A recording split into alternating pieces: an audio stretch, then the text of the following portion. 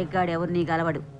ఎవరిని చంపాలనో చెప్పండి, ముంగట ఎంత ఇస్తారో చెప్పండి, పని నాకు ఎంత ఇస్తారో చెప్పండి.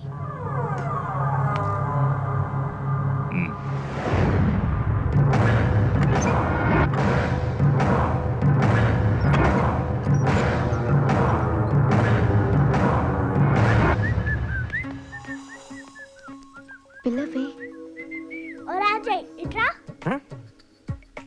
ఏంటో పిలిచావు? ఇదిగో తీసుకో చాక్లెట్. ఈరోజు నా హ్యాపీ బర్త్డే. మరి ఫేస్లో హ్యాపీనెస్ లేదు.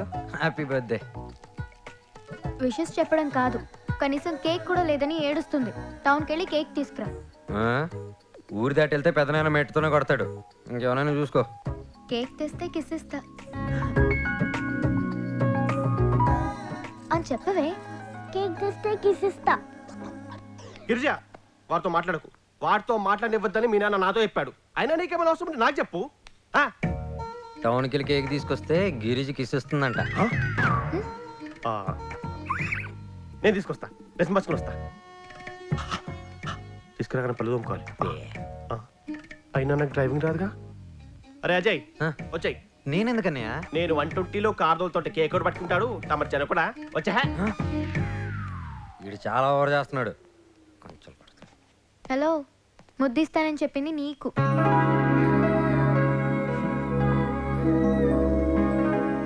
ఏంటి రొమాన్స్లోకి దిగావు? ప్రేమలో పడ్డావా? అదేం లేదు, జస్ట్ బెట్. ఇలా పెట్టిగా ఎంతమందికి కిస్ ఇచ్చావే?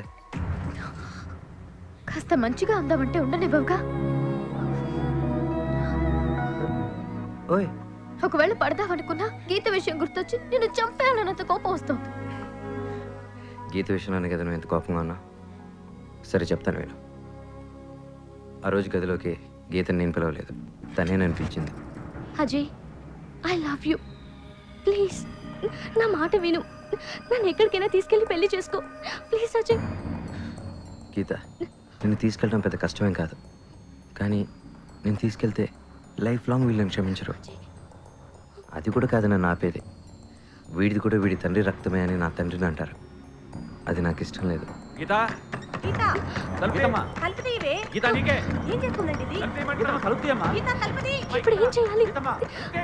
ఇంట్లో అందరికీ తెలిసిపోయేటట్టుంది. గీతా, తలుపుతీ. చెప్పట్లేదా? ఏం చేస్తున్నావు లోపల? తలుపుతీ Geeta. Geeta, Geeta. Geeta, Geeta, I love you Geeta, please మన ఇద్దరు లేచిపోదాం. నా మాట విను ప్లీజ్. ఏంట్రా నా కూతురు లేపుకెళ్తావా?